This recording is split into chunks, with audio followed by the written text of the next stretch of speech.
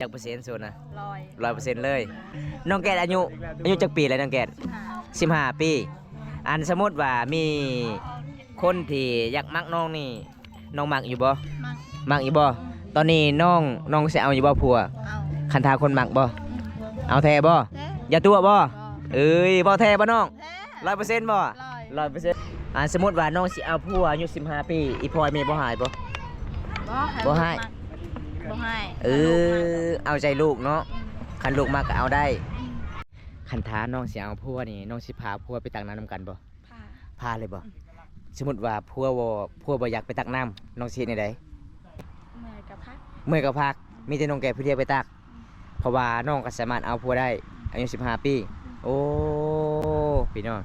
แบบสาวเคสชนบท15 ปีนี่เป็นผู้สาวเลยเนาะบ้านของน้องนี่เวลาผู้บ่าวไปเล่นนี่ผู้บ่าวขึ้นเฮือนบ่ได้บ่ได้กอดได้ยอกได้โอ้ยตอนแรกคอยสิพาบ่าวใส่ไปกอดเด้อเจ้าเด้อไปได้บ่แท้บ่น้องตอนแรกสิพาบ่าวใส่ไปกอดเด้อโอเคบ่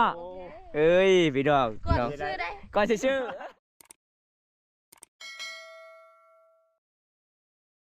ได้ฐานะตอนนี้ยังโสดคือเก่าบ่จากเปอร์เซ็นต์โสดนะ100%เลยน้องแกดอายุจักปีแล้วน้องแกด15 ปีอันสมมติว่ามีคนที่อยากมักน้องนี่น้องมักอยู่บ่มักอยู่บ่ตอนนี้น้องสิเอาอยู่บ่ผัวเอาคันทาคนมักบ่เอาแท้บ่อย่าตัวบ่เอ้ยบ่แท้บ่น้อง100%บ่100%เลยเป็นบาปพี่น้องอันซื้อเพจของน้องเกตตัวดำโอ้ภาษาลาวหรือภาษาไทยภาษาไทยเนาะโอ้ก็สามารถทางหาได้เนาะน้องเกตตัวดำอายุ15 ปีเท่านั้นยังโสดถ้ามีคนอยากคุยก็คุยได้โอเคพี่น้องยังว่างเด้อว่างหรือบ่ใจก็ตามนั้นเด้อน้องเกตตัวดำบ่น้องเกตตัวดำน้องเกตตัวดำก็สามารถทางหาได้พี่น้องหายบุญตาเราลงเก็บไปละแต่อันนี้เขามาได้เห็นเองแล้วได้เห็นตัวจริงแล้วเด้อตัวจริงงามคนในคลิปแน่นเกินไปพี่น้องงามดีสาวลาวเคสชนบทนะฮะหลายสาวเมืองน้องแม่นงามแบบบานๆเลยธรรมศาสตร์ใจก็ถักเด้อถักไว้เด้อยังทายม่วนทุกคนเลยม่วนอีเล่ว่ามันเป็นวิถีชีวิตบ้านๆเฮาเดี๋ยวนี้หาสมได้ยากแล้วทุกคนเลยเกตอาบน้ำเลยบ่อาบน้ำยังใส่น้ำซีโอ้น้องอาบน้ำประมาณจังโมงบางทีประมาณ3 โมง4 โมงโอ้6 โมงก็ไปแล้วจะไปโดยสมมติว่าน้องสิเอาผัวอายุ15 ปีอีพลอยมีบ่หายบ่ให้เอาใจลูกเนาะคันลูกมากก็เอาได้ติแต่บ่มีไฟสนใจเนาะคันทามีคนสนใจมักได้เลยโอ้พี่น้องก็สามารถทั้งหาได้เลยพี่น้องเอ้ยน้องเกดตัวดำสาวลาวขาวมังกรบ่แม่นบ่เป็นหมู่บ้านปูนยางเมืองนองเนาะก็สามารถทั้งหาได้พี่น้องน้องเกดตัวดำถักไว้เด้อถักไว้บ่โอ้ยคำบ่ทันเป็นหยังบ่ได้เป็นหยังยันเท่าไว้ยันเท่าพี่น้องเอ้ยน้องเกดตาหักลายครับตลกมากครับผมสาวเคสชนบทบ่เคยคุยเด้มวนหลายอันนี้ก็คือไอ้แม่บ่ไอ้แม่กับเอื้อยบ่โดยโอ้น้องไปตักน้ำเลยบ่ไปสิพาอ้ายไปตักน้ำน้องเกดสิพาอ้ายไปตักน้ำอยู่ไสน้ำยังน้ำสางบ่น้ำสางแบบแต่ละวันน้องไปตักจุดนี้ตลอดเลยบ่โอ้พี่น้องตลอดโอ้เพราะว่าตอนเช้าก็ตักตอนนั้นไปตักเวลาน้ำมืดต้องไปตักเนาะใกล้ประมาณจากหลักน้องหลักหนึ่งโอ้ยบอกแต่ว่าสิกลัวได้หลักหนึ่งเลยประมาณ3 หลักเลยปลาคือไงอ่ะ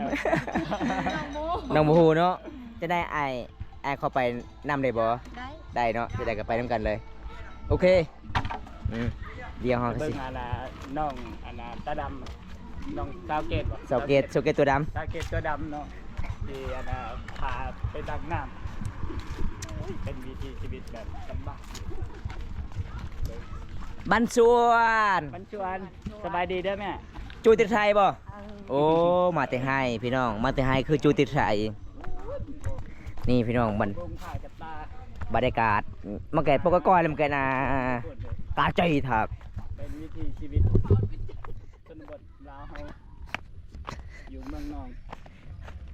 บ่ใส่มาเมืองนองเลยเด้อทุกคนเด้อ คันท้าน้องสิเอาผัวนี่น้องสิพาผัวไปตักน้ำนำกันบ่ ผ่า พาเลยบ่สมมุติว่าผัวบ่อยากไปตักน้ำน้องสิเฮ็ดจังได บุ้ง บ่ฮู้เลยสมมุติว่าผัวว่าโอ้ยข่อยเมื่อยเด้อมื้อนี้เด้อข่อยสิให้เจ้าผู้เดียวไปตักน้ำเจ้าสิว่าจังได เมื่อยกับพัก เมื่อยก็พักมีแต่น้องแก่ผู้เดียวไปตักเพราะว่าน้องก็สามารถเอาผัวได้อายุ15 ปีโอ้พี่น้องแบบสาวเคชนบท15 ปีนี่เป็นผู้สาวเลยเนาะคัน17 18 ปีคัน17 18 ปีนี่เขาว่าผู้สาวเฒ่าเลยเนาะโอ้พี่น้องตอนนี้กับน้องเกดกับสิพาทีมงานเฮาไปตั้งน้ำได้บรรยากาศยามแรงๆเนาะน้องเกดเนาะจังใดก็ไปนํกันเลยไป แล้วไป อืม สาวเกตพาไปตามแรงๆทุกคน น้องเกด ตัวด น้องเกดเคยลงผู้บ่าวอยู่บ่บ่เคย ำ เลย เคย ยังบ่เคย ยังโสด อันสมมุติว่าในหมู่บ้านของน้องนี่ เวลาผู้บ่าวไปเล่นนี่ผู้บ่าวขึ้นเฮือนบ่ได้บ่ ได้ ได้ ได้ กอดได้ยอกได้ อยากได้ โอ้ย ตอนแรกคอยสิพาเบาใส่ไปกอดเด้อเจ้าเด้อ ไป ไปได้บ่แท้บ่น้อง แท้ โอ้ย ดีใจแล้วแบบนี้ ตอนแรกสิพาเบาใส่ไปกอดเด้อ ไป โอเคบ่ โอ้ เอ้ยพี่น้อง ก พี่ ด น้อง ชื่อได้ กอดชื่อโอ้ยม่วนพี่น้อง ม่วนทุกคน สาวเคสหมู่บ้านเบาบุญตาพูดว่าหยอกกอดใด เป็นตะม่วนอีหลีเพราะว่า เฮามักม่วนอยู่แล้ว คือน้องเพิ่นก็น่ารักนะ แม่น โอ้ยเขินเด้ เขินปะ แดงเลย เขินบ่เขินหลายบ่ ได้ บ่เคยคุยเนาะผู้สาวเคสบ่รู้บ้านเฮาก็บ่เคยคุยเนาะ สดพร้อมเป็นว่าบ่ธรรมชาติเกือบเป็นกิโลเนาะ แม่น โอ้ครับ จับมันกินน้ำก่อนจับหน้าอากินเลย ออกมา2คนมื้อนี้ กินน้ำก่อนพี่น้อง เวลาฮอดน้ำนี่ต้องหิวน้ำกินน้ำก่อน นี่ผู้สาวตักให้บ่อันบ่เสื้อกับ่ตัดสกินโซให้เบิ่งเลยพี่น้อง เป็นน้ำธรรมชาติทุกคนน้ำออกบ่อ บ่ธร อั ร น ม นี้ ชาติ บ่ได้แห้งเนาะ บ่ได้แห้ง น้ำนี่บ่แห้งเลย บ่ได้แห้ง โอ้ตลอดปีเลย แม่น ปลาคักๆทุกคนน้ำกับ แบบ น้ำนี่ทุกคนอยากให้ทุกคนเบิ่งแบบใสคักอะไรนี่มันคล้ายๆน้ำเฮาซื้อหั่นแหละโอ้น่ากินแต่เขายังบ่ได้ขวัดอันนี้ถ้าขวัดนี่แห้งใสกว่านี่อันนี้มันจะออกเท่าแน่โอ้ผู้สาวเกตพามาตักน้ำโอ้ยเป็นบ่อธรรมศาสตร์ทุกคนน่ะเป็นวิถีชีวิตชนเผ่ามังกรบ่ได้สนใจก็ ทางหาได้ ตักห้า น้องเกดตัวดำ น้องเกดตัวดำชื่อเฟซกับแบบนั้นบ่ แม่นน้องเกดตัวด ก็ติดต่อหากันได้เด้อทุกคน ต่อไป อยู่ ไว้ พี่ม้วน เด้อ คน น้องเปลี่ยนปกใหม่แล้วได้ ำเปลี่ยนปุ๊กใหม่แล้ว ติดตรงใหม่อีก เอ แล้ว อ แต่ชื่อเฟซชื่อเก่าเนาะภาษาไทยคือเก่าเนาะ ตอนนี้รู้สึกว่าคอยได้หลายเคิร์ดเจ้าเกด ว่ายังบ่เป็นเลยทุกคนเลยตอนนี้นะเคิร์ดผู้สาว อย่าเข้าเคิน คอยได้เคิร์ดเจ้าเกดแล้วตอนนี้นะว่ายังบ่เป็นเลยว่าบ่ออกอ่ะนะเจ้าเกดพาไปตักน้ำโอ้ยจากหมู่บ้านมาพี่ก็เกือบเป็นกิโลได้ทุกคนเลย กามีแต่ปลา มีแต่อันนั้นปลาเหล่าสาวเผามังกร มวนขนาดตัวเลย ยิ้มยังน้องเกด เห็น เด้ เห็นเบาใส่รอบ่ รอ เอ้ย โอ้ยขอบใจละลายขอบใจ ครั้งแรกเนาะที่เห็นผู้บ่าวพาไปตักน้ำเนาะ อืม เออ สมมติว่าคนอายบ่ไปน้ำนี่น้องก็ไปตักบ่ตอนแรงบ่ ไป บ่ยานบ่ ยานอยู่แต่อดเอา เออ ขนาดเขาบ่ฮักเขายังอดได้ นี่บ่คมสาวเกต เชียบม่วนทุกคนเลยโอ้ยอันนี้มือแรกเดินเลยนะที่มาหอนแล้วมือแรก มื้อหน้ามาอีกเด้อ นี่ คือจะได้มาตลอดแล้วแหละแบบนี้ เพิ่นมาไกลใดเพิ่นมาจากชิโน่พุ่นใด คือจีบูฮูทางเมื่อแล้วแหละมาหอดเลยนะ ชงบ่ อืม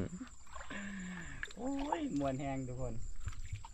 อยากให้ทุกคนได้มาสัมผัสบรรยากาศบ้านๆวิถีชีวิตอันตามชนบทคือแบบค ความอบอุ่นแล้วก็ความเรียบง่าย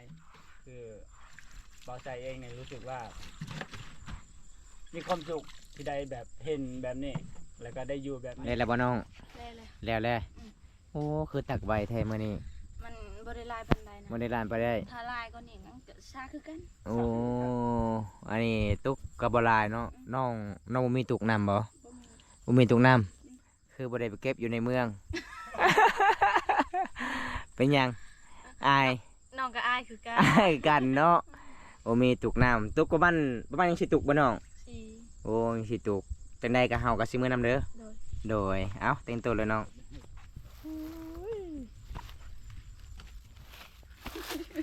โอ้นักบ่น้องหนักบ่ นางอยู่ โอ้ประมาณจักโลน้อง ตักน้ำแล้วทุกคน ลายนู้น หลายโลอยู่เนาะ จากนี้ไป แต่นี่ฮอดเฮือนก็บ่ได้พักเลยบ่ บ่ ห้ามแบบนี้ตลอดเลยโอ้พี่น้องเอ้ยห้ามตลอด3มังกร